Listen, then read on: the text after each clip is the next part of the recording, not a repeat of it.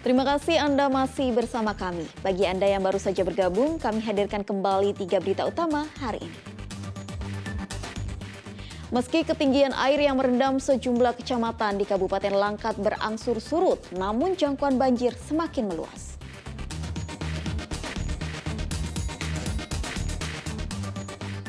Tujuh narapidana yang ditahan di rutan kelas 2B Sipirok Tapanuli Selatan kabur.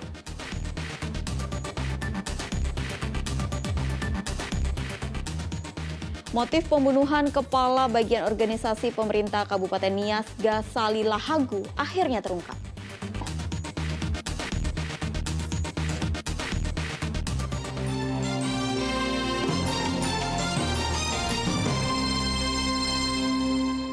Seorang anak yang baru berusia 13 tahun di Kabupaten Deli Serdang dianiaya tetangganya saat akan meminjam alat hisap sabu. Akibatnya korban mengalami luka lebam di bagian wajah dan mata. Korban diduga kecanduan sabu-sabu karena sebelumnya korban diberikan sabu-sabu secara gratis oleh pelaku. Seorang anak Yal IJ menjadi korban penganiayaan oleh pemuda yang merupakan tetangganya sendiri hingga korban pingsan di Kabupaten Deli Serdang.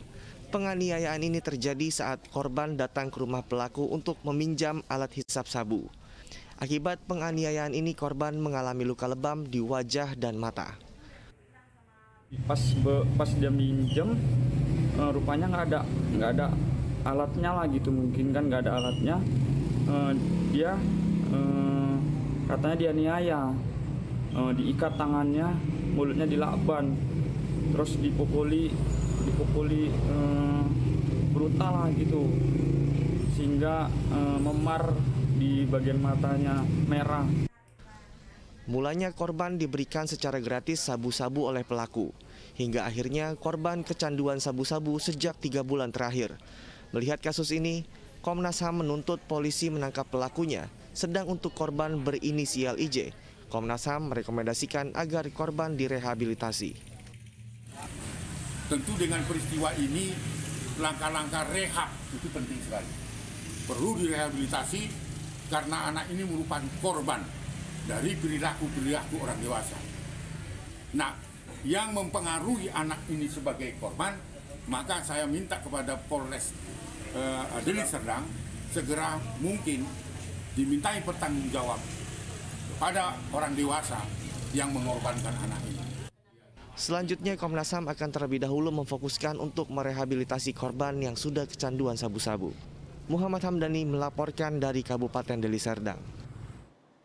Motif pembunuhan kepala bagian organisasi pemerintah Kabupaten Nias Gasali Lahagu akhirnya terkuak. Menurut Kabid Humas Polda Sumatera Utara, Kombes Hadi Wahyudi, motif ketiga pelaku membunuh korban karena ingin menguasai harta korban.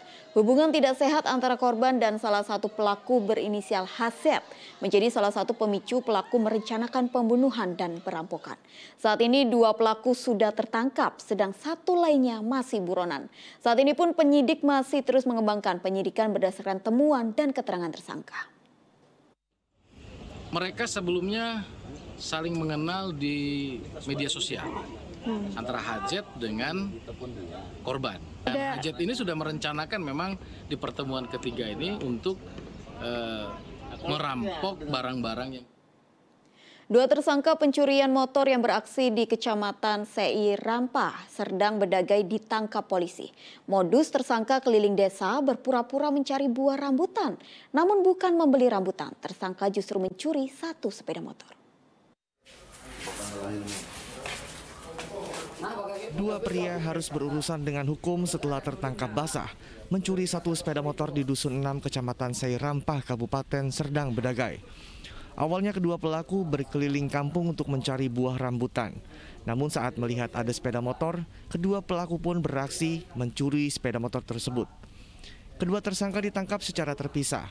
Salah satu tersangka bernama Misno tertangkap saat mencuri sepeda motor, sedang satu pelaku bernama Supri berhasil kabur. Dengan modus mereka patroli, alasannya ingin mencari rambutan, tapi terlihat sepeda motor 1 unit diambil oleh kedua pelaku ini. Yang satunya melarikan diri dikejar oleh massa tidak dapat diketemukan, tapi yang satu kita diamankan oleh kepala desa, yaitu Desa Rambu Sialang Hulu. Keesokan harinya Supri berhasil ditangkap di rumahnya di Desa Pulau Gambar, Kecamatan Serbajadi, Kabupaten Serdang Bedagai. Dari tangan tersangka, polisi menyita senjata tajam, 1 sepeda motor hasil curian, dan kunci letter T.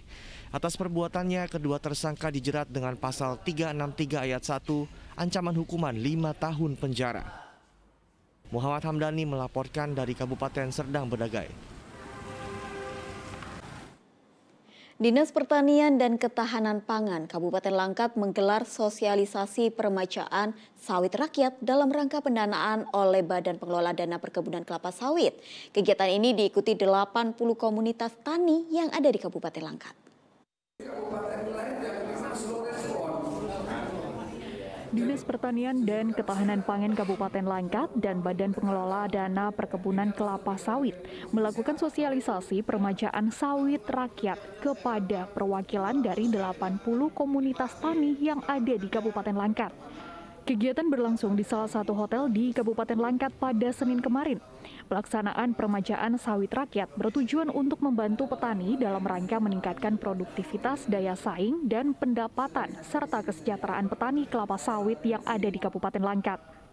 Dalam pertemuan ini dibahas juga mengenai legalitas lahan dan kelembagaan. Dua masalah tersebut kerap menjadi masalah koperasi dan petani yang ada di Kabupaten Langkat. PSR ini paling utama yang harus pengusul atau koperasi ini siapkan adalah pertama adalah masalah legalitas lahan dan yang kedua terkait dengan masalah kelembagaan. Jadi legalitas lahan itulah yang menjadi permasalahan. Nah, lahan yang harus diusulkan betul-betul clear and clean. Jadi tidak di dalam kawasan hutan, tidak di dalam kawasan HGU, dan juga tidak ada tumpang tindih kepemilikan. Program permajaan sawit rakyat ini merupakan program yang dirancang untuk program jangka panjang dengan target secara nasional untuk permajaan sawit rakyat adalah 180 hektar. Muhammad Hamdani melaporkan dari Kabupaten Langkat. 1.000 lebih sapi impor asal Australia tiba di dermaga Pelabuhan Belawan, Kota Medan. Kedatangan sapi-sapi ini untuk menjaga stok daging sapi menjelang perayaan Natal dan Tahun Baru, khususnya di wilayah Sumatera Utara. Sebanyak 1.309 ekor sapi impor asal Australia tiba di Pelabuhan Belawan, Kota Medan pada Senin kemarin. Ribuan sapi ini diangkut kapal Brahman Express dan bersandar di dermaga Gudang 007 Ujung Baru milik PT Pelindo selaku penyedia jasa ke pelabuhan. Seluruh sapi dipindahkan dengan sistem truk lossing dari atas kapal pengangkut hewan ke dalam truk yang sudah dimodifikasi khusus untuk membawa sapi. Sebelum dilakukan pemindahan, petugas Bea dan Cukai Sumatera dan karantina hewan memeriksa kelengkapan surat kepabeanan. Kondisi kesehatan hewan yang diangkut menggunakan jasa angkutan laut ini pun turut diperiksa. Nantinya sapi-sapi ini akan dibawa ke sejumlah wilayah di Sumatera Utara seperti Kabupaten Langkat dan Deli Serdang untuk dilakukan proses pengemukan. Dalam 2 bulan terakhir, sapi impor asal Australia yang masuk ke Indonesia melalui Sumatera di Pelabuhan Belawan mencapai 21.000 ekor sapi. Di bulan Oktober kemarin kapal MV Abraham Express dengan bongkaran 1.039 ekor sapi impor dari Australia, dan kalau sampai dengan Oktober kemarin sapi yang sudah didatangkan dari Australia sebanyak 21.000 ekor. Hal ini tentunya untuk menjaga kesediaan pangan dan stabilitas harga daging khususnya di Sumatera Utara. Nantinya seluruh sapi akan dikarantina selama 10 hari dan kemudian didistribusikan ke sejumlah kota di Sumatera guna menjaga stok dan harga daging sapi. Konsumsi daging diprediksi meningkat jelang perayaan Natal dan Tahun Baru. Muhammad Hamdani melaporkan dari Kota Medan. Laporan tersebut mengakhiri berita Medan hari ini. Saya Tabita Putri berterima kasih atas perhatian dan kebersamaan Anda. Selamat beraktivitas dan sampai jumpa.